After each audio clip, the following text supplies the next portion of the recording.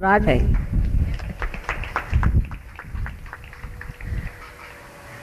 इस कदर सुंदर सजाया हुआ है इस मंडप को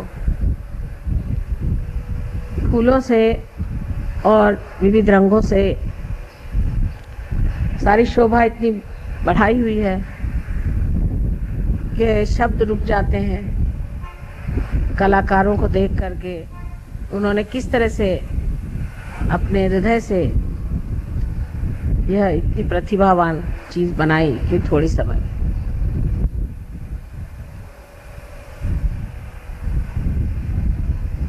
आज विशेष स्वरूप ऐसा है कि अधिकतर इन दिनों में जबकि ईस्टर होता है, मैं लंदन में रहती हूँ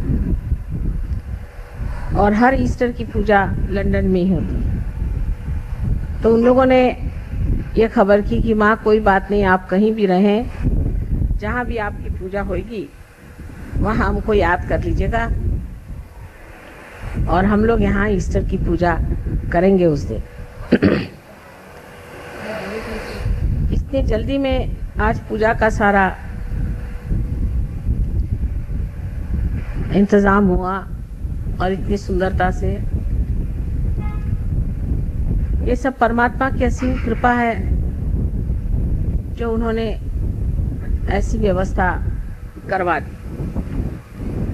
लेकिन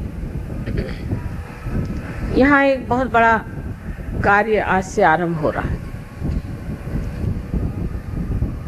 आज तक मैं अगुरुओं के बारे में बहुत कुछ कहा करती थी और बहुत खुले तरीके से मैंने इनके बारे में बताया कि ये कितने दुष्ट हैं, कितने राक्षसी हैं और ये किस तरह से एक सच्चे साधकों का रास्ता रोकते हैं और उनको गलतफहमी में डाल के एकदम उल्टे रास्ते पे डाल देते हैं। और इसके लिए बहुत लोगों ने जताया कि ऐसी बात करना ठीक नहीं, इससे गुरु लोग आप पे आक्रमण करेंगे और आपको सताएंगे। लेकिन हुआ उसके बिल्कुल उल्टे कि किसी ने भी हमें कचहरी नहीं दिखाई, ना ही किसी ने हमारे बारे में कोई बात कही। एक एक करके हर एक दुष्ट सामने आ गया और दुनिया ने जाना कि जो कुछ भी हमने इनके बारे में कहा था वो बिल्कुल सत्य। आज धीरे धीरे यह गुरु मिट रहे हैं, लेकिन तांत्रिक अब भी काफ़ी अपना जोर बंधाए हुए हैं और आपके कलकत्ते में इसका मेरे ख्याल से मुख्य स्रोत है। यहाँ पे वो पनपते हैं और यहीं से सारे दुनिया में छाते हैं। आज ही जिन साहब से मुलाकात हुई उनसे इतने तांत्रिकों पे बातचीत हुई, उन्होंने बताया कौन कौन उनके आश्रय में आए और कौन कौन महात्मा बन गए।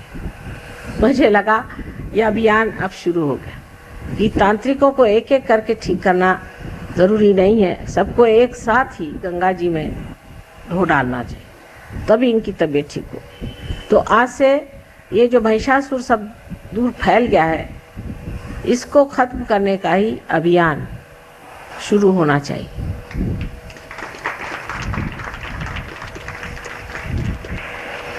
ये एक बड़ी भारी आत्मिक क्रांति है जिससे सारे संसार का कल्याण होने वाला है। सारा संसार इस क्रांति से पुनीत हो जाएगा और आनंद के सागर में परमात्मा के साम्राज्य में रहेगा।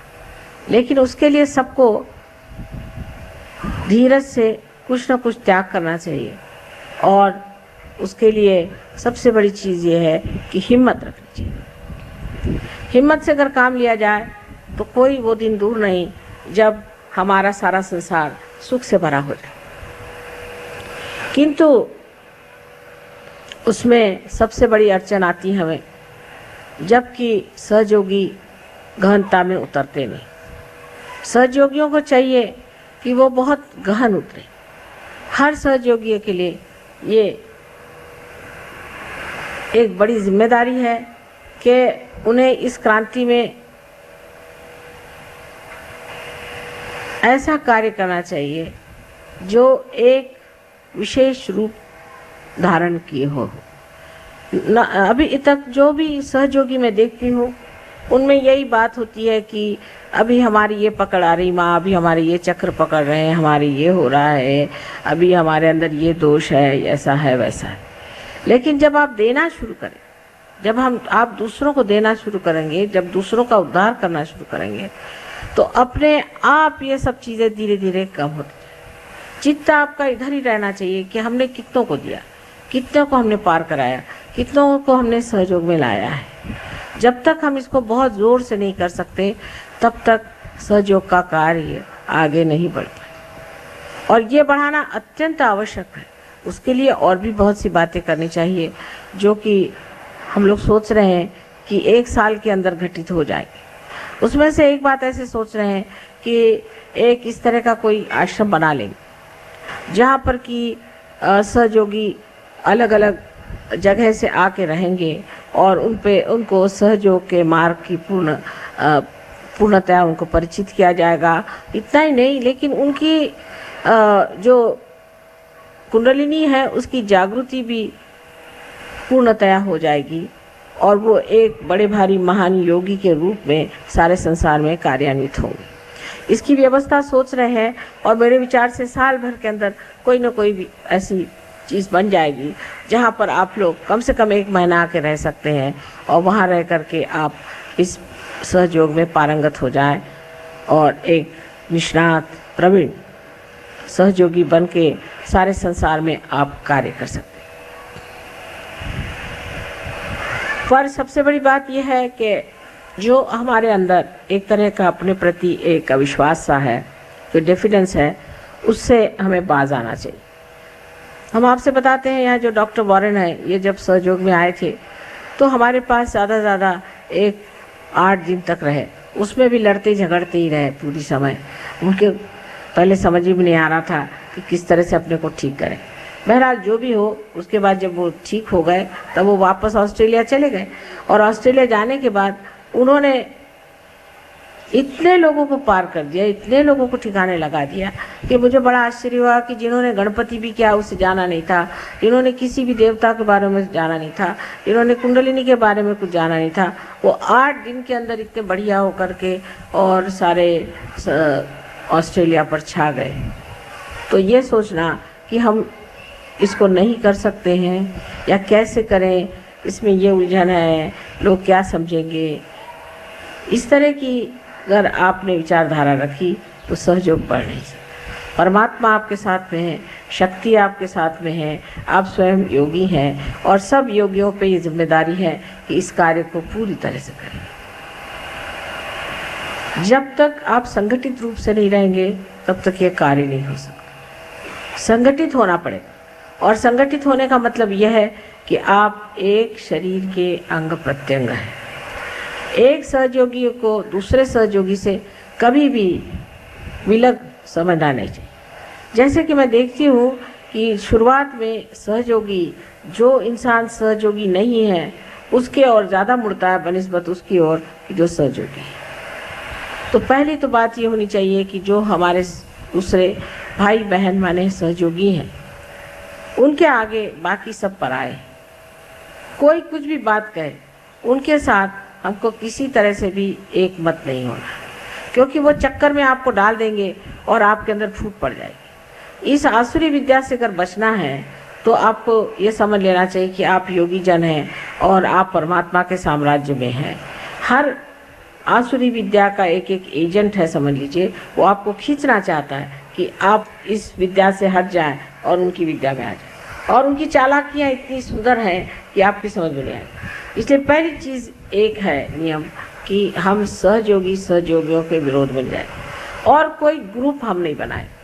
अगर कहीं ग्रुप जरा सा भी बनने लग जाता है सहयोग का तो उसको मैं तोड़ देती और ऐसा तोड़ा है। अब जैसे ग्रुप बन गए, दिल्ली वाले हो गए, फिर दिल्ली में कोई हो गए तो जैसे करोल बाग के हो गए तो कोई कहीं के हो गए, बम्बई वाले हो गए तो बम्बई वाले, उनमें भी अब ये कोई नागपाड़ा के हो गए तो कोई दादर के हो गए तो कोई कहाँ के हो गए। अब करते करते फिर आप ऐसी छोटी जगह में पहुंच जाएंगे जहां सिर्फ आप अकेले बैठे रहेंगे और आप कहेंगे कि सहयोगी कहाँ गायब हो। तो इसमें कोई सी भी चीज़ ग्रुप नहीं बना सकती। जब इंसान में कैंसर सेट होता है तब वो ग्रुप बना के होता है।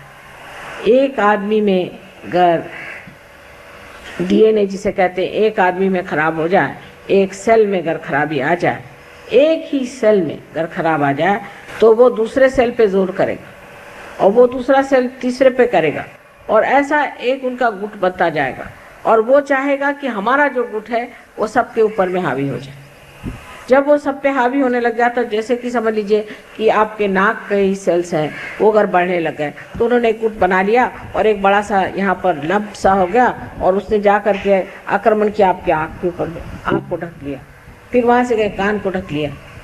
इस तरह से कैंसर जो होता है वो अपनी अपेक्षा दूसरों को नीचे समझता है और एक ग्रुप बना करके उनको, जो दूसरे लोग हैं जो कि सहयोगी हैं, उनको दबाता है। ऐसी बीमारी सहयोग में अगर फैल जाए तो उसका ठिकाना मैं खूब लगाती हूँ। चाहे मैं कहीं भी रहूँ, चाहे मैं लंदन में रहूँ, चाहे मैं अमेरिका में रहूँ, चाहे कहीं रहूँ, उसका ठिकाना अपने आप हो जाए। इसलिए किसी को भी कोई ग्रुपबाजी नहीं करनी चाहिए। किसी को भी ये नहीं सोचना चाहिए कि हम एक ग्रुप के हैं। अगर 10 आदमी एक साथ रहते हैं और बार बार एक ही साथ 10 आदमी रहते हैं तो समझ लेना चाहिए कि ग्रुप बन रहा है। सहयोगियों को कभी भी एक साथ 10 आदमी हर समय नहीं रहना चाहिए। जब आज इनके साथ बैठे तो कल उनके साथ, कल उनके साथ तो उनके साथ। जैसे कि हमारे अंदर जो रक्त के छोटे छोटे पेशियाँ हैं जिनको हम सेल्स कहते हैं, वो अगर समझ लीजिए एक जगह बैठ गए और 10 सेल ने सोचा कि हम यहीं बैठ जाएं तो उस आदमी की मृत्यु हो जाए, सहयोग की मृत्यु हो जाए। इसलिए हम 10 आदमी एक साथ, क्योंकि हम एक ग्रुप के हैं, ये एक ग्रुप के हैं, वो एक ग्रुप के हैं। रक्ताभिसरण जिसे कहते हैं कि ब्लड का जो सर्कुलेशन है वो हमारे अंदर ऐसे खुलेआम से होना हो, तो कोई सा भी ग्रुप नहीं बनना चाहिए। जहाँ ग्रुप आपने देखा बन रहा है उस ग्रुप को छोड़ के दूसरे ग्रुप पे चले गए, उस ग्रुप को तोड़िए, उससे कहना चलो इस ग्रुप के साथ आ जाओ, फिर वो उसके साथ आ जाए। इस तरह से जब तक आप नहीं करेंगे तब तक आपकी कलेक्टिविटी में नेगेटिविटी बनती जाएगी। जैसे कि मैं कहती हूँ कि आपने अगर मथन करके और मक्खन निकाला, मक्खन के कण चारों तरफ हैं, उसमें एक बड़ा सा मक्खन का ढेला डालना पड़ता है, फिर उसके आसपास सारे जो हैं कण उसको जुटते जाते हैं। पर 4, 5, 6 कण मिलकर के अलग से अगर बैठ जाए तो जिसने मथा है वो कहता है जाने दीजिए, बेकार, ये तो मक्खन बेकार ही है, छोड़ दीजिए, जो बड़ा है उसको उठा लीजिए। तो सबको मिल मिल करके एक बड़ा सा मक्खन का जैसा स्वरूप है, इसी तरह से आपको भी एक बड़ा सा ग्रुप बनना चाहिए। करते करते फिर एक बड़े सागर में विलीन हो जाना चाहिए। तो एक बूंद को अगर आपको सागर में विलीन करना है तो आप 4-5 बूंद बना के सिर्फ बबूले बनाइएगा। जो भी इस तरह से कार्य करता है बबूला बना लेता है, और वो बबूले आप जानते हैं कि 2 मिनट के लिए आते हैं और नष्ट हो जाते हैं, अपने आप ही प्रकृति से ही होते हैं, उसको कोई करने की ज़रूरत नहीं। इसलिए कोई सा भी ग्रुप आपको बनाना नहीं है। सबके साथ एक जैसा मिलना जुलना, सबको एक साथ जाना, सबसे एक साथ प्रेम रखना और सबको एक साथ समझने की कोशिश करना चाहिए। एक दूसरों को किसी भी तरह से आपको क्रिटिसाइज कभी नहीं करना चाहिए। आप आपस में भाई बहन नहीं हैं, लेकिन आप मेरे शरीर के अंग प्रत्यंग हैं। अगर समझ लीजिए मेरी एक उंगली ने दूसरी उंगली को क्रिटिसाइज कर दिया तो क्या फ़ायदा होगा? इससे तो नुकसान ही होने वाला। इसलिए ठीक यही है कि मनुष्य को, क्या हो गया, बैठ तो जाइए। इसलिए बहुत उचित यही बात है कि हम लोगों को ये सोचना चाहिए कि अब हम मनुष्य नहीं, हम अति मानव हैं, और अति मानव की जो स्थिति है उसमें हमें सब दूर घूम फिर करके और अपना चित्त परमात्मा की ओर रखना चाहिए। ये बड़ी भारी एक कठिनाई आ जाती है सहयोग में शुरुआत में, जबकि कलेक्टिविटी आदमी पता नहीं क्यों तोड़ देता है। ये भी एक आसुरी विद्या है जहाँ कलेक्टिविटी टूट जाती है। अब जैसे हम कहें कि बम्बई में ये काम कम है, पर दिल्ली में अब भी नहीं, और कलकत्ते का मुझे अभी मालूम नहीं हाल, लेकिन मैं यही कहूँगी कि ये बीमारियाँ फैलने मत दीजिए। आप लोग सब मेरे बेटे हैं और मेरी बेटियाँ हैं। आपस में कोई सा भी आप में अगर कोई मतभेद हो जाए तो उसमें कोई ऐसी बात नहीं है, लेकिन ये कि आपस में आप ग्रुपबाजी मत करें। फिर एक ग्रुप बन गया, फिर वो ग्रुप वाले कहेंगे साहब हमारे आदमी को आप सामने करें, वो कहेगा हमारे आदमी को सामने करें, और उसका फिर असर क्या आएगा आप देखते हैं कि ऐसे लोग सहयोग से परान्मुख हो जाते हैं, हट जाते, उनका स्थान खत्म हो जाता है। जैसे गुरुओं को खत्म किया है वैसे ही इस तरह के लोगों को भी खत्म किया जाता है। सो मैं नहीं करूं तो आपकी प्रकृति ही करे। इसलिए आपको खास करके मुझे कहना है कि कृपया आप लोग अपनी ओर चित्त दें और दूसरों की ओर प्रेम दें। दूसरों को प्रेम दीजिए और अपनी ओर चित्त दें। अपनी ओर देखें और अपनी ओर देख के आप ये कहिए कि हम कैसे, क्या हम ठीक हैं, क्या हमारे चक्र ठीक हैं, क्या हम में कोई दोष है, या अगर आप सोचते हैं कोई समझता है तो उससे जाके पूछिए कि भाई कोई चक्र पकड़ रहा तो बता दीजिए, हमारी समझ में नहीं।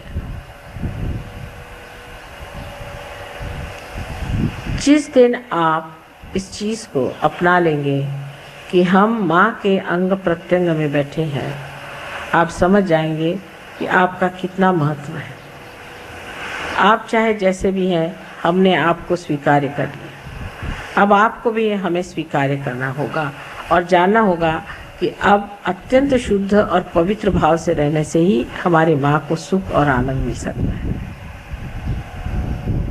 आज की एक विशेष तिथि है, जिस तिथि पर ये नया अभियान शुरू हो रहा है कि सारे दुनिया के जितने भी तांत्रिक हैं उनके पीछे मैं अब लगने वाली हूँ, और मैं चाहती हूँ कि आप भी सब के पीछे हाथ धोकर लगे, और जहाँ भी कोई तांत्रिक दिखाई दे तो उसके पास जाने वाले लोगों के लिए कुछ आप चाहें तो उसके लिए हैंडबिल्स वगैरह छपा के वहाँ भेज दीजिए कि ये आप तांत्रिक है और तांत्रिक से भागते रहिए। अगर जो आदमी तांत्रिक के पास जाता है उसके घर में अगर तांत्रिक आ जाए तो 7 पुश्त तक वो पनप नहीं सकते, उसके बच्चे नहीं पनप सकते, 7 पुश्त तक उसके यहाँ हालत खराब है, बड़े बड़े नुकसान हो जाएंगे, उसके घर जल जाएगा और हो सकता है उसकी बीवी कहीं आत्महत्या कर ले, उसमें उसके घर में हमेशा तकलीफ़ें, दुख और परेशानी। इसलिए ये जो अभियान है इसका आज का दिन भी ऐसा है कि जिसे सब लोग मजाक में अप्रैल फूल का दिन कहते हैं, तो इनको बेवकूफ़ बना के ही पटका जाएगा, इनको बेवकूफ़ बना के और पटका जाएगा, क्योंकि ये अपने को बहुत अक्लमंद समझते हैं। तो इनकी जो बेवकूफ़ियाँ हैं उनको उनका पूर्णतया उद्घाटन करना आप लोगों का कार्य।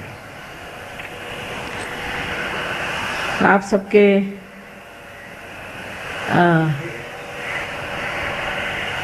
प्यार और दुलार और इस शोभा से वाकई में मैं अभिभूत हूँ।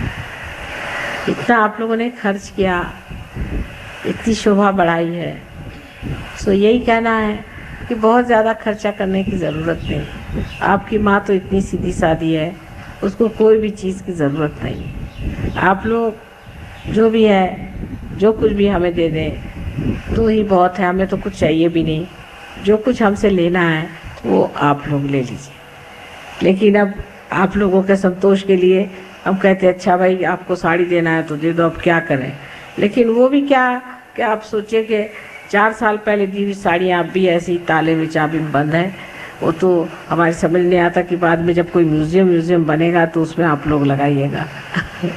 तो ये सब चीज़ें आपके शौक़ के लिए जो भी आप कहें, मेरे पास धरोहर रखी हुई हैं और इसकी कोई ज़रूरत नहीं, पर अब आपका प्रेम ऐसा है कि उसके आगे मैं कुछ बोल भी नहीं सकती और कुछ भी कह भी नहीं सकती। जो भी प्रेम से दीजिएगा, चाहे वो शबरी के बेर हो और चाहे आप लोगों की कीमती साड़ियाँ हो, सब मेरे लिए मान्य है। तो अब हम लोगों की पूजा का समय हो गया। आज जैसे मैंने कहा था जन्म दिवस की बात है, बराबर 12 बजे मैंने अपना भाषण शुरू किया और बराबर 12 बजे ही मेरा जन्म हुआ था, इसलिए इतना समय लग गया, फूलों में समय लग गया। इसमें कोई घबराने की बात नहीं, क्योंकि संजोग ऐसा है 12 ही बजे आज का जन्मदिन मनाने का था। तो इसमें सब चीज़ सब अपने समय पर ठीक